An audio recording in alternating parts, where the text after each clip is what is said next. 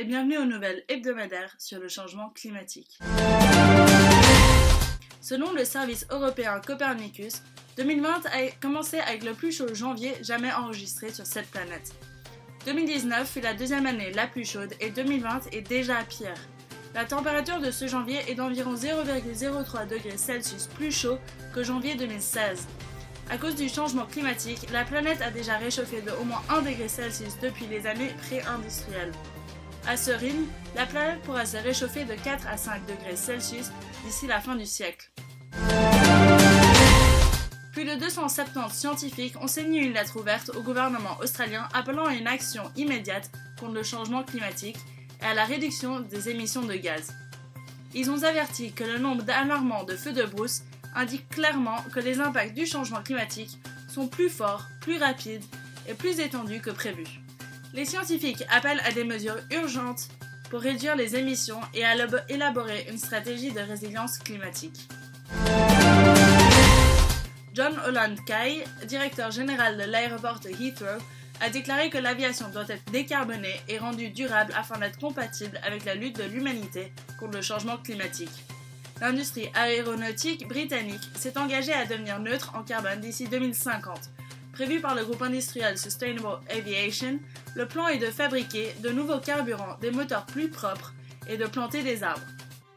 Grâce à ces mesures, l'industrie aéronautique aspire à réduire la pollution, alors même que le volume de passagers devrait augmenter de 70%.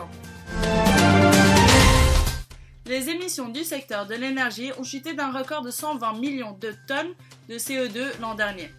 Cette baisse a été entraînée par une forte baisse de la production d'électricité au charbon, principalement en Allemagne, en Espagne, aux Pays-Bas, au Royaume-Uni et en Italie, qui a été remplacée à moitié par du gaz naturel émettant 50% moins de carbone que le charbon lorsqu'il est brûlé dans les centrales électriques, et l'autre moitié par les énergies renouvelables représentant désormais 34,6% de la production totale d'électricité.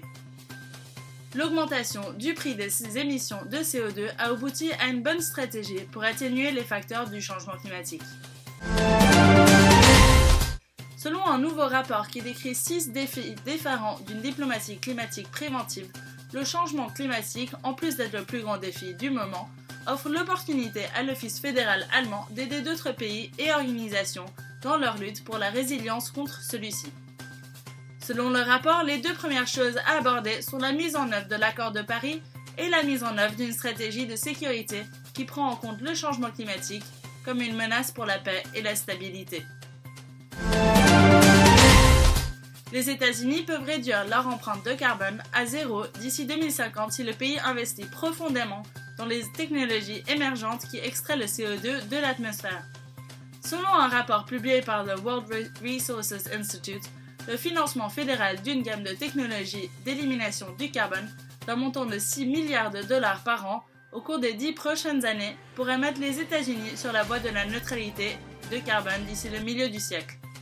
Ce serait un grand succès dans la lutte contre le changement climatique. Un citoyen de Kiribati a obtenu avec succès le statut de réfugié pour avoir demandé l'asile en raison des effets néfastes du changement climatique. Yohan Teitoyota a demandé l'asile car Kiribati, un pays du centre de l'océan Pacifique, n'était plus habitable suite à l'élévation du niveau de la mer, ce qui a entraîné à son tour de violents conflits fonciers, des difficultés agricoles et la contamination de l'eau douce. Le 7 janvier 2020, le Comité des droits de l'homme des Nations Unies a décidé que le changement climatique était une raison valable pour demander l'asile et les pays bénéficiaires ne pouvaient pas expulser de telles personnes pour ce motif.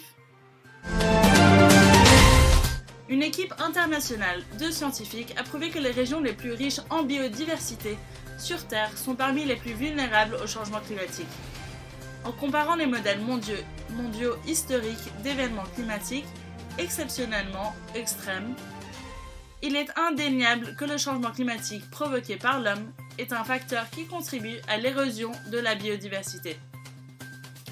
Cela est particulièrement dramatique car, selon le Dr Stuart Brown de l'Université d'Adélaïde, ces régions ont historiquement fourni un refuge aux espèces pendant les périodes de réchauffement.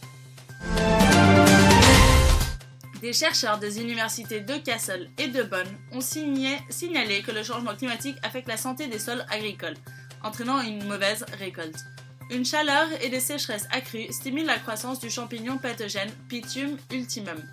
C'est un champignon agressif transmis par le sol qui infecte les racines, le faisant pourrir et faire mourir les plantes.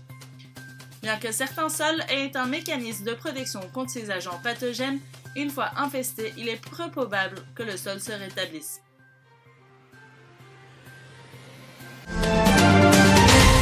Je vous souhaite une bonne journée et à la semaine prochaine.